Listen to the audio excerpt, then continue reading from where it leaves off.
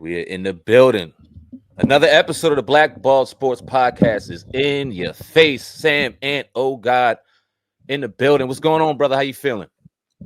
Great, man. What's up with you? Feel good, man. It's nice. It's starting to get hot out, man. I'm loving the weather. Starting to heat up with this football stuff. A lot of nonsense going on. I'm sure we're gonna talk about it. But yeah, man, I feel good. Why ain't y'all paying your man? What's going on with Terry, man? You know we got to start right there. Yeah, This man has been everything to this career. Y'all got this man pissed off, according to reports. Let me say this first and foremost. So you got Jordan Schultz, right? He makes this report yesterday. As you can see, I screenshotted this about 20 minutes ago. Still pinned to his front of his X page. Sources: Commanders All-Pro Terry Mclaurin has made it clear to the team that he's frustrated with the lack of progress on a long-term deal. As he previously reported, Mclaurin unexpectedly led voluntary workouts after initially attending, and it remains to be seen whether he'll report to mandatory minicamp. Mclaurin is entering the final year of his contract. Talks have been minimal. All right, let me be loud and clear when I say this. This is absolute bullshit. I'm not saying that Jordan Schultz's report is wrong. I'm not saying that what he said he didn't get from somebody. Terry is not frustrated about his lack of contract because he's getting a contract and he's getting a long-term contract with us. Now, is this something that his agent might have said to speed up things? Possibly. He's going to get his money. He's going to get it before training camp starts. I believe Terry will be at mandatory minicamp next week. I don't think he'll be practicing. I think he'll be there, not dressed, laughing, chilling, doing his thing. Think about this. You've been a part of obviously watching from afar, but looking within the NFC East at Terry's entire career since 2019. You tell me how many good quarterbacks Terry has played with in his 7-year career here with Washington. One. And that was the one last year. He ain't never been frustrated at all these bullshit quarterbacks. He ain't never been frustrated at any of this bullshit stuff going on behind the scenes with the organization, the lack of accountability and coaching within the locker room. None of this nonsense, turmoil, dumpster fire shit that's been going on Terry's entire career in Washington. Has he been frustrated? He enters into the best season he's ever had as a pro, breaks the franchise record in touchdown receiving passes, entering a year where he's about to hit 30+ million a year. You can't tell me he's frustrated. I don't believe it. It's absolute bullshit, especially looking at it from my view as a fan, looking at all the insider reports, looking at all the people from inside, listening to the GM, listening to all the beat writers, listening to people who are actually in the building who have front account on what's going on with Terry. None of them are saying this shit. They say it's going to get done. They're expecting it to get done before training camp, hopefully before mandatory mini camps, but it's going to get done. Now, I will say this. I am personally frustrated that it hasn't been done because my thing is, what's the holdup? What's the holdup? The brother is if it wasn't for Jaden Daniels, Terry McLaurin would be the top guy in Washington. And I still think he is the top guy in Washington. He's an ultimate leader. Do you think our owner, knowing all this, is going to let their brother walk to San Diego or anywhere else? Absolute nonsense. Nothing to see here, but it's June. We ain't got much to talk about. So it's a story. I'm not buying it, man. I think you said it. I feel like there probably is a little bit of frustration because he's like, let's get this thing done before I touch the field again for anything. Because as we know, anything can happen. He could be running a route or he could be in a weight room or anything. And then that money now becomes in jeopardy because Terry, God forbid, is out for the year. Then his stock goes down. So I think it may be, maybe not to the point where, it's crazy. But he's like, yo, let's speed this thing along here. Let's get this shit done. Because I know you're going to do it. So why are we taking all day to do it? Because if I get hurt, then my stock goes down. Then that $30 million, I ain't going to put a number on it, but ain't no more $30 million deal because people are going to say, well, you hurt. You was hurt for a whole this. So you were hurt for, that's how the NFL, it's a very cutthroat, industry. So they got to get that done, I think, before he touches the field in any way. So maybe he did leave. Maybe his agent told him, look, don't do shit over there. Don't even lift a fucking 5-pound dumbbell until we get this done. Maybe that's a little extreme, but the business part of it calls for you to kind of be that way because you already know if something happens to him, which I don't think it is, but if it does, that contract is finished with. I think even if it did, we would still give him a contract because we know how important he is. But I don't think it will either, and I'm not going to put that on. I know you're not trying to put injury on him. I don't think he's going to get injured. But I agree with you with the agent saying, Terry, don't do anymore. Let's wait to get this money. Because if it was up to Terry, he'd be out there playing because he loves this team, he loves this organization, and he knows he's going to get his money. Now, contract talk is anywhere between 30 and 35 million. If Terry and his agent are at 35 and we at 30, can we meet somewhere between 32 and 33? I don't give a fuck what the number is, whatever it is. If it's 35, 36, from the outside looking in, people may think that's a bit extreme. That's a lot for Terry. For me personally, watching what that brother went through and looking at him from a personal lens and damn the uniform, he deserves it. Go get your money, dog. I want you to get it. I want you to get it here. But I ultimately think it'll be about 32, 33 million. Well deserved for Terry. I know they're talking about trying to compare it to DK Metcalf. DK is 27 as opposed to Terry. I think he may be 30 now. He's a young 30. I'm not tripping on Terry's age. I think he still has a good 3 or 4 years left, and 5 years left in the tank, maybe 4 left in the tank. I'm not tripping on that. And he deserves the contract, and I think he'll get it. I'm not tripping on it. As far as a fear level as a fan, do I think Terry's getting traded? Hell no. Do I think he's going to skip any type of training camp? Hell no. Do I have mandatory mini camp in question? Yeah, whether he plays or not, I think he'll show up. But I don't, like you said, is he lifting a weight? Nope, I don't think he's lifting a 1 pound weight. Only thing he's lifting is a water, and he's smiling while he chews gum on the sideline. If he doesn't have his money by then, my personal opinion is I think he'll get it by probably right before training camp, which you're talking mid-July. So this could go on. I hope it doesn't. Wish he got paid last month, but we'll see. Yeah, I mean, so 2 questions. Could this be bad for morale? Could we talk about like teams like the Philadelphia Eagles and other teams that get people out the way, so there's no room for any type of people thinking, look, man, they might play around with me when it comes time for contract. I was hearing stuff about Marshon Lattimore. I don't know how true that is about, him possibly maybe about to hold out because he wants a new contract. And 2, is he worth it? A 30-year-old receiver, $32 million a year? Because usually teams don't really do that. All right, I'll answer the last question first. Is he worth it? Hell yeah, he's worth it. Hell yeah, he's worth it. Terry can play. I think Terry has, because, and let me tell you why, because of Terry's college career, because Terry didn't have a lot of miles put on him at Ohio State, because he was a 3rd-round pick going into the draft, and because he was late coming into the NFL, I think that 30, as far as a mileage perspective, yeah, he may be an 08 Lexus, but that 08 got 35,000 miles on it. So he still has tread on them tires. He still has gas left in the tank. Now, 34, now we're looking at it. This is Terry's last big payday. So I understand why he wants to cash in. He deserves to cash in here. And I don't mind him giving us a little bit of a luxury tax, given all the bullshit he endured the first 8 years of his career, and given the model representation he's been to our organization. Prior to last year, it was Terry, and that's fucking it.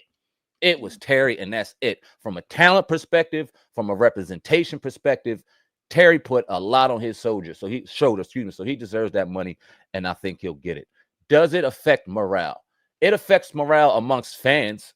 It affects morale amongst the chaos going on Twitter.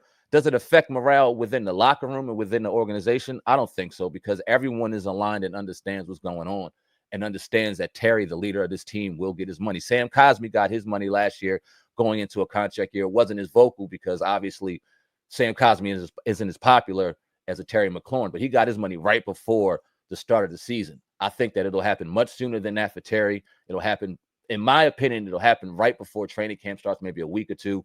I hope personally it happens today, because I'm tired of hearing this shit already.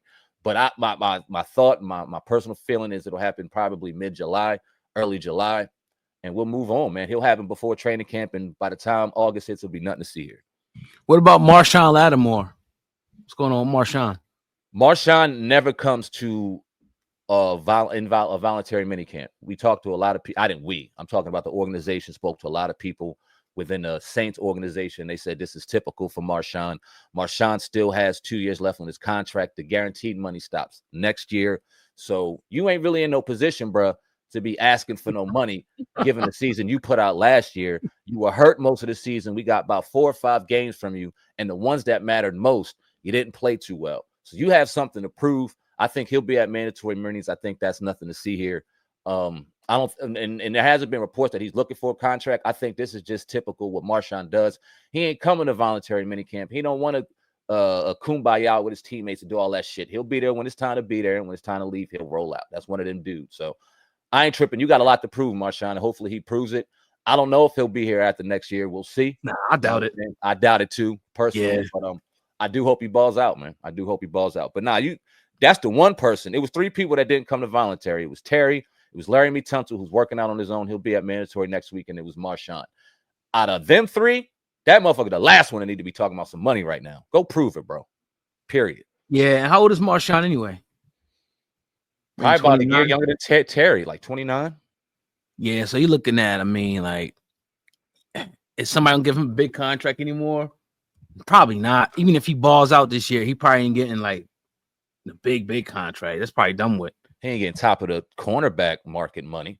You right. might. I mean, and it's a shame that a lot of these cornerbacks that we loved and like even like a Jalen Ramsey and we seeing now like a Marshon Lattimore, they still got gas in the tank, but that gas is on the other side of that fool.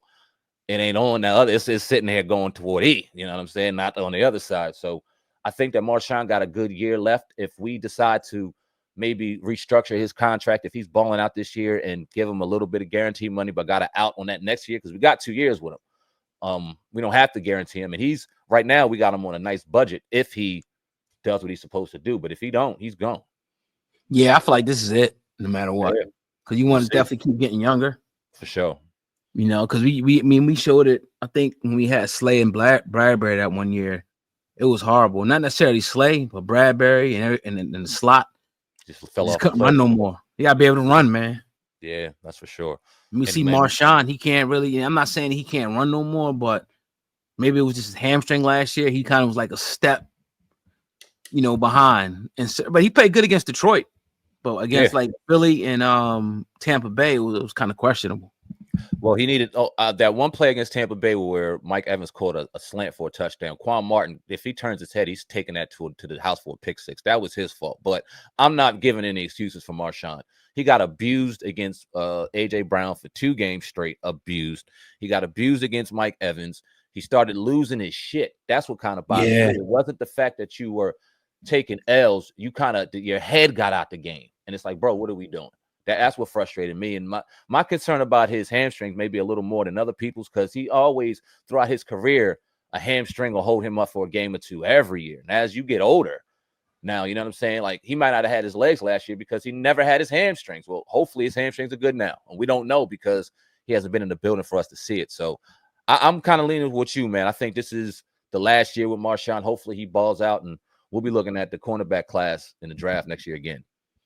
Right. Now, who you have a joint with this year? Joint practice with New England and Baltimore for now. I know we played Cincinnati, but I don't know if we're gonna do it with Cincy. But yeah, we're going across the street to our boys with Baltimore and then New England. We're going up to New England. Okay, who's over there in New England? They got a Vrabel now. Oh yeah, I'm talking about one of the players. What one of the players went over? Oh, Stephon Diggs. That's right. That nigga. Oh my lord, he's a wild dude, man. Stephon's wild, boy. Yeah, that dude. That's on another level. What do you think about No, go ahead. Yeah, go ahead. Actually, go ahead. We didn't talk about this, man. I'm surprised we didn't. Hard Knocks, NFC East. All right. What do you think about that?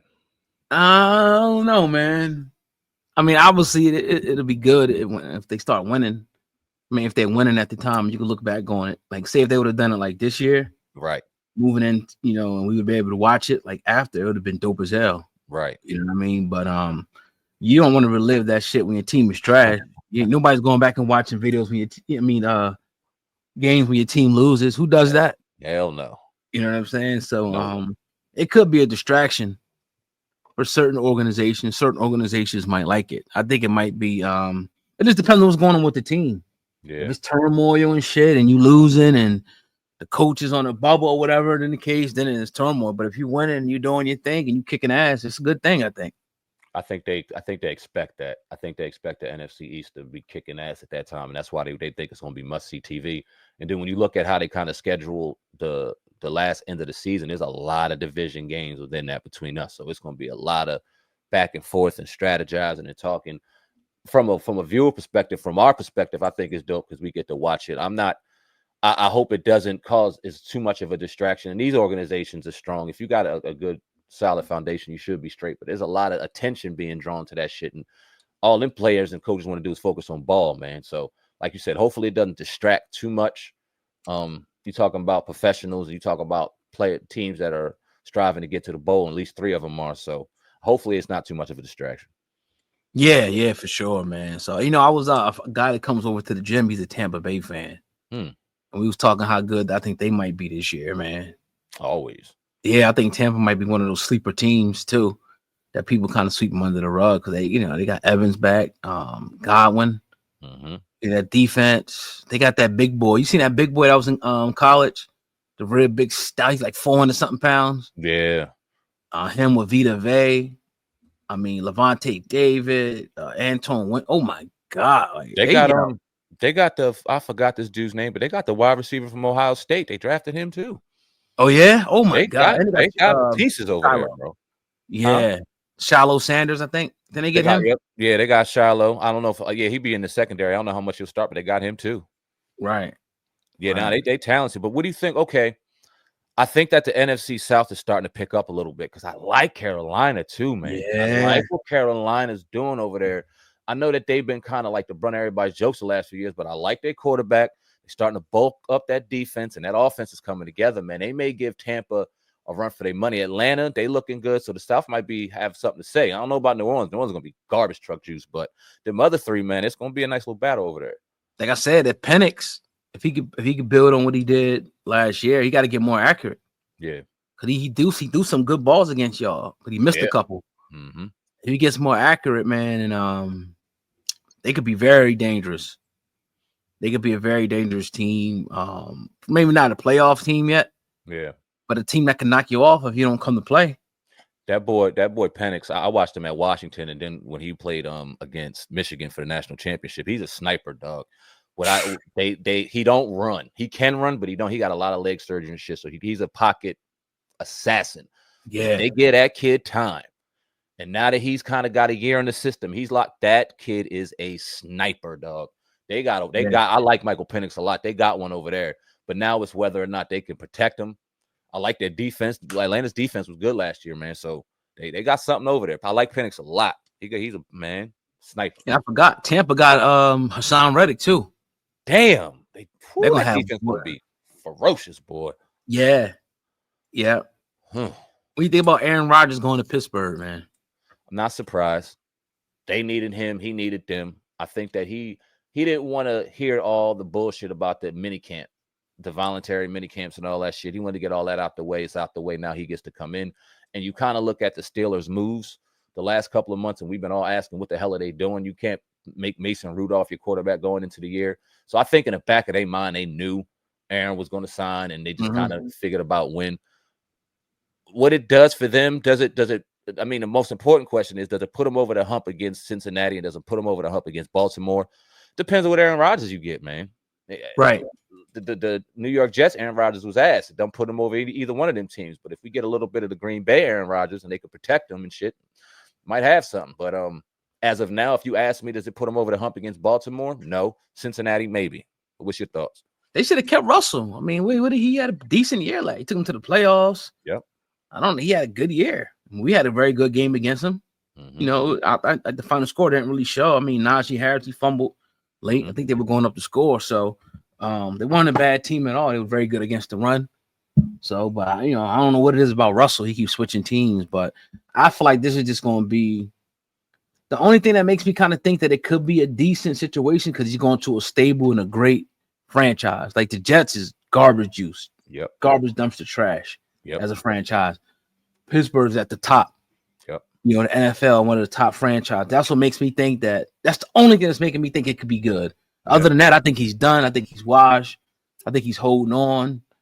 I just don't think he got it no more, man. I just think that he's at that point where he needs to just hang it up. For real. And he's 40-something years old, bro. Yeah, you're sitting duck. You're 40. You can't move. Never really could move, but now it's just like you're a grandpa back there. Yeah, man. Like, at least he could buy himself some time and, you know what I mean, fling that arm and get it out there. But now it's like he sees somebody, he's falling to the damn ground. And I don't know what Steelers. I know historically the Steelers typically have a good offensive line, but I don't know what their offensive line looks like. But it better be solid. Better be solid. They got DK. Who else? What other wide receivers do they have? I don't know what they got over there. I don't know. I don't see it. I don't see it taking them over the hump, man. But hopefully, like you said, if it's Aaron Rodgers in there, 10-7 is definitely doable. Another playoff run. We'll see what happens. Yeah, they always making the playoffs, so maybe he gets them a playoff win. Yeah, possibly, but it's going to be interesting. But the work starts now with the team. Then you got to stay healthy. That's one thing about the Eagles. We were pretty much forced to stay pretty much relatively healthy. The offensive line started getting real shaky. I think we played y'all. Our center was injured. Then Landon Dickerson was limping around and shit. It started to get shaky for a minute. And y'all and still got no pass rush. That's what pissed me off because I seen y'all center was tore up. I'm like, all right, word. We got something there. And then Duran goes out. I'm like, fuck. All right, then that's all right. That evens itself out. And then I forgot who got hurt, but he went out. Then your original center went back in. I'm like, damn, these dudes are different, man. Yeah. Nah, well, I think when Duran Payne was out, that hurt y'all, especially in the running game, man. What? I was so happy when I seen that. I'm like, yes, fuck, that nigga's good, man. I don't care what nobody say. Duran's a beast, and he's playing for a contract this year, and it's a lot of reports that he looks real good already. He looks in game shape, so I'm hoping he steps it up. Now, whether or not we re-sign him, that remains to be seen. But he's looking like a problem right now early. It's fucking June, but he's looking good right now. Yeah. Where's your boy Chase? He still in New Orleans? Yeah, he out there getting fat in New Orleans. He found a nice little home in the bayou, though, man. Boy, you thick out there, boy. You out there eating that good Southern food now. But man, Chase, I always have a little bit of an affinity for Chase. He pissed me off here. He did not play the expectation. You got to call him a bust. He was being touted as a generational talent, a Myles Garrett, you know what I mean, a JJ Watt, and he wasn't nothing close. You know what I mean? And now he's having chronic neck issues. He don't got much more time in the league. I see 3 years max, I think, personally, and I hope I'm wrong, but this is a brutal league. This is his last payday, so hopefully he could just have a long, you know what I mean, lasting life and move on from here, man. But that's kind of Chase Young is a disappointing story in the NFL, if you ask me. For sure. Like what he should have been to where he is. Now he's still good. He's making the NFL. We're not making it seem like, you know what I mean, like he was trash, but his expectation He didn't live up to it. It was through the freaking roof. And I remember, like, I can't even feel this way about the Giants. I remember Washington, they D-line was so hyped for so many years. Remember that? Oh, they got Duran. They got 4 5 first-round picks. And they getting blocked one-on-one and shit. Getting taken over. Taken over. Montez Sweat just getting to the quarterback. His pressure rate is first in the league. He got 6 fucking sacks. You see fucking Chase Young hitting him with a juke move and getting rolled all the way out the pocket. It's this big-ass lane for people to run through. And John and Duran, they were just wiped off the map.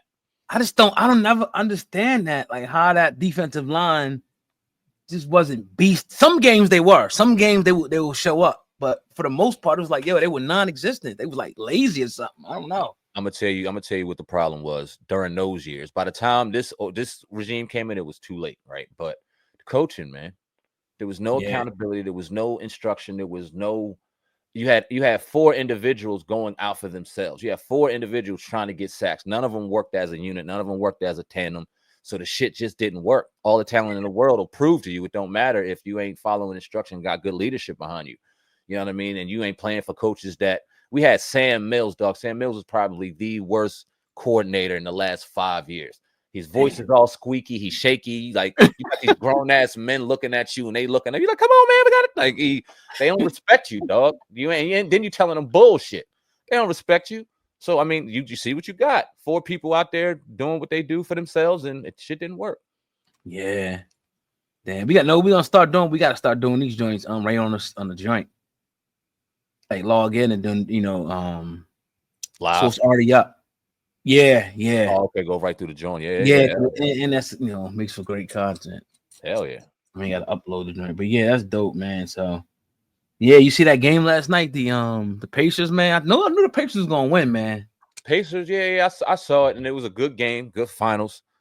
But I'm not sleeping on the Pacers. I know it may seem like I am. I do think OKC is still gonna win. the NBA Finals is weird. Like the team that wins game one don't always win the series for some reason. Like I always see somebody steal game one. Halliburton is a problem. Halliburton is a fucking problem. He won his Jordan shit last night. That's some Jordan shit. Think about it. Saying, dog. I ain't taking nothing away from him. I'm gonna just sit back and give them their respect, man. And if they win, they win. Cause I was watching the game with my son. I'm like, yo, this is like if you want Shea, he thinks he's the next Jordan. He got to make this shot. He missed it. Who comes down and scores it? Halliburton. He done it against the Knicks. I'm like, he's showing this is the clutch shit, the clutch gene shit. Not to say the series is over, but he's been showing this shit. That's that. Give me the ball. I'm scoring the shit. Yep. So I mean, salute to him. Yeah, this is what separated the Kobe's. This is what separated the Dwayne Wade's and the Stephs during crunch time. And I think this is my biggest problem with LeBron, because in those assassin moments when it's time, I don't want to hear shit about passing the ball, dog. You are the fucking star. I want you taking it up from end to fucking end. I don't care if you dribble out the entire 25 seconds. You be the man to fucking end this shit. And he's ready to pass it with 3 seconds left. Like, no, dog. You don't see Wade doing that. You ain't see Kobe doing that. You ain't see Jordan doing that. You ain't see Hallie do it last night, man. And I give him a ton of credit, man. I give him a ton of credit. Yeah, like I said, don't mean they're gonna win the series. I think OKC will still win it, but to steal it like that, it shows you like we ain't going nowhere. Like, I don't care if you up 10 with 2 minutes, we're not going anywhere. Yeah. We're gonna make big baskets down the stretch, and we're gonna make big stops down the stretch.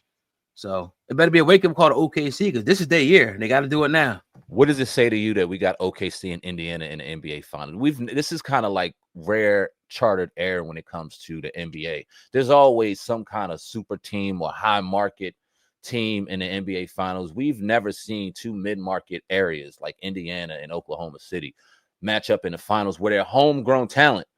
I say this to say these teams aren't going anywhere. These teams are going to be here next year. Denver's going to be there. These type of mid-market teams.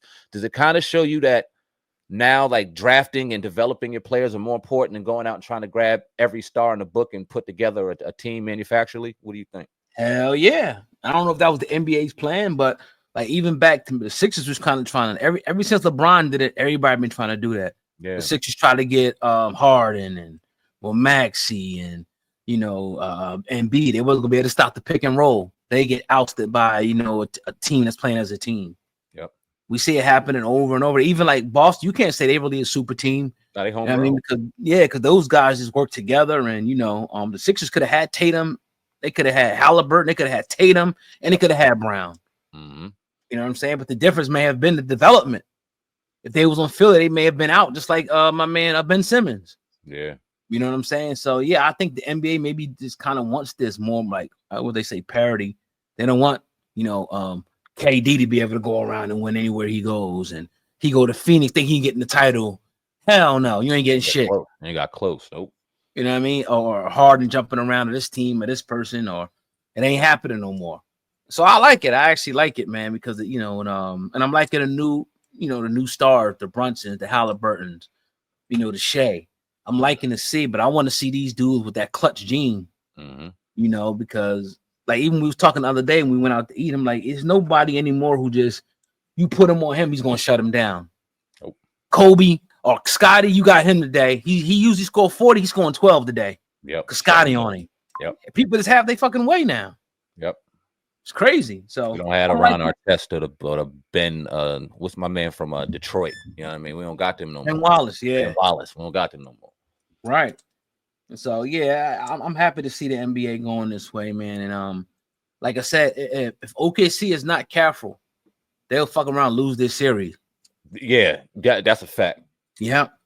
Don't sleep on the Pacers. They got it. They look in their eye. They are not afraid to take this NBA championship from y'all. Don't sleep on them. Now, if they go down 0-2, they in trouble. Oh yeah, they're in trouble. 0-2, they in trouble. You know what I'm saying? Because then it goes back to Indiana, right? Yep. For 3 straight, I think. Yeah. They and then the last 2. So then, oh shit, you're right. So 3 out of the next 4? They gotta win. Indy. Oh my. So that's what makes that first game even more important. Yeah, when you kind of think about it. Yeah. Wow. For Indy to steal it like that, they gotta win game 2. If Oklahoma City don't win game 2, going to Indiana, that shit's not gonna be easy, dog. Whew. Remember when's the next game tomorrow?